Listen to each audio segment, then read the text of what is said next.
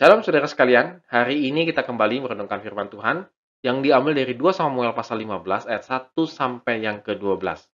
Saudara, saya tetap menganjurkan saudara membaca semuanya karena saya akan membaca hanya beberapa bagian saja.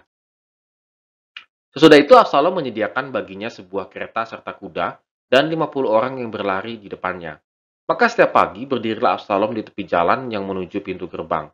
Setiap orang yang mempunyai perkara dan yang mau masuk menghadap raja untuk diadili perkaranya, orang itu dipanggil Absalom dan ditanyai, "Dari kota manakah engkau?"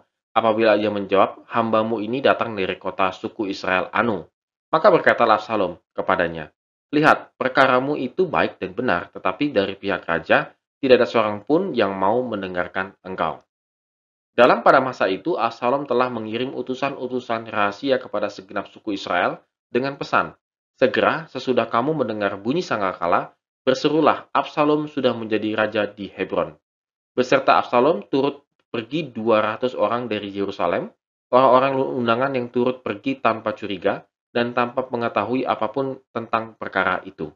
Ketika Absalom hendak mempersembahkan korban, disuruhnya datang Ohitofel, orang Gilo itu, penasihat Daud dari Gilo kotanya. Demikianlah persepakatan gelap itu menjadi kuat, dan makin banyaklah rakyat yang memihak Absalom. Ya, saudara sekalian, apa yang dilakukan oleh Absalom sebenarnya luar biasa tidak pantasnya, begitu ya. Ini anak melawan bapaknya, rajanya, begitu ya. Waduh, waduh, ini luar biasa. Sudah diterima Absalom dari pembuangan selama 3 tahun, lalu sekarang ingin memberontak kepada bapaknya. Waduh, saya nggak ngerti, saudara. Ini Absalom ini ngerti nggak sih dosanya dia yang sebelumnya? Ini nambah lagi dosanya. Nah, ini saudara hati-hati ya, bahwa pertobatan itu perubahannya itu sungguh-sungguh, bukan setengah-setengah. Rekonsiliasi yang tadi kemarin kita bahas, itu adalah sepenuhnya, nggak setengah-setengah. Kalau setengah-setengah nih kayak gini hasilnya. Ia telah diterima kembali oleh Daud, malah ingin mengkudeta Daud, ayahnya. Strategi yang dia lakukan itu adalah setiap hari ia mencoba menarik hati rakyat dengan kereta perang dan pengawalnya di tepi jalan menuju Yerusalem. Kan keren ya. Wih, ada apa nih? Ada kereta, ada orang lari-lari segala macam begitu ya. Wah, pasti ini ada pembesar kerajaan. Pasti dong. Rakyat yang datang pasti mampir, ngeliat. Lalu akhirnya ngobrol. Siapa sih nggak pengen ngobrol dengan anak raja begitu ya? Pada zaman itu kan sulit ya. Tentunya kan pasti bangga begitu dan menceritakan permasalahannya lagi. Ia mengundang simpati rakyat dengan menyampaikan salam dan mendengarkan keluhan mereka. Waduh, ini benar-benar hangat ya Absalom ya, menyapai rakyat jelata begitu ya. Wah, itu luar biasa sekali. Namun di balik itu, ia mengkritik pemerintahan ayahnya, serta menjanjikan pemerintahan yang lebih baik dibandingkan pemerintahan Daud. Dia ngomong, "Wah, ini perkaramu nih bisa dimenangkan nih, tapi kalau di dalam, ya sama orang dalam begitu ya, itu pasti dicuekin. Tapi kalau sama saya, pasti diurus beres deh." Nah, sepertinya ini kebaikan yang baik, tapi kebaikan yang memiliki ada udang di balik batu, yaitu ingin mengkudeta ayahnya.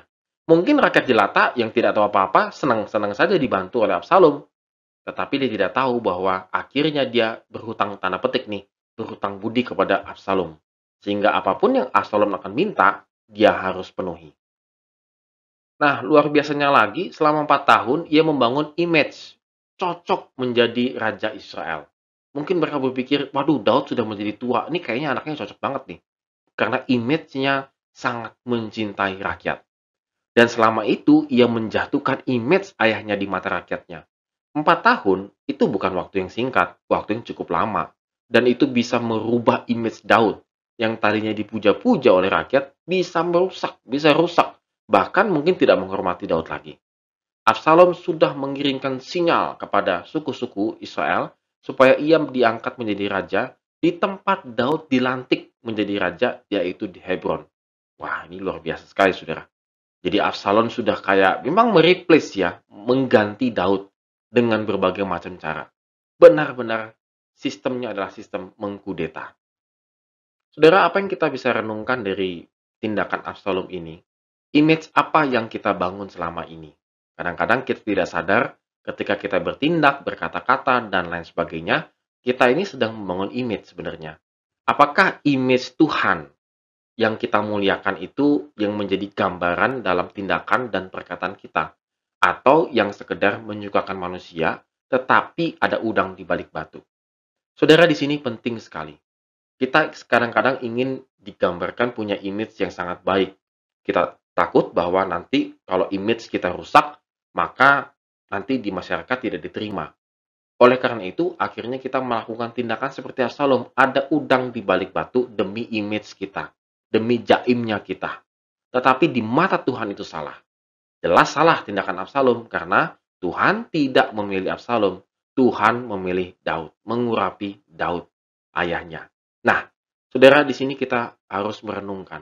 Apakah perkataan kita, tindakan kita adalah gambaran Tuhan atau tidak? Atau, saudara, jangan-jangan kita seperti Absalom yang suka menghancurkan image orang lain. Tidak tahu ceritanya, tidak tahu peristiwa dengan benarnya, fakta dengan benarnya, lalu kita mengimagekan orang itu tuh jelek, orang itu jahat, orang itu tuh begini, begini, begini. Seperti Absalom. Seolah-olah kita ini adalah orang yang tanpa cacat, orang yang sangat baik, orang yang tidak pernah berdosa, orang yang lain yang berdosa. Kita mah enggak. Aku enggak seperti mereka. Saudara, apakah image ini yang saat ini sedang kita jalankan? Yaitu menghancurkan image orang lain. Jika kita lakukan hal ini, maka kita bertobat pada hari ini, saudara sekalian. Mari, saudara sekalian, image kita yang sudah rusak ini telah dipulihkan di dalam Kristus. Dan mari setiap ucapan, tindakan kita menggambarkan Kristus di dalam hati kita. Amin. Tuhan Yesus memberkati kita pada hari ini.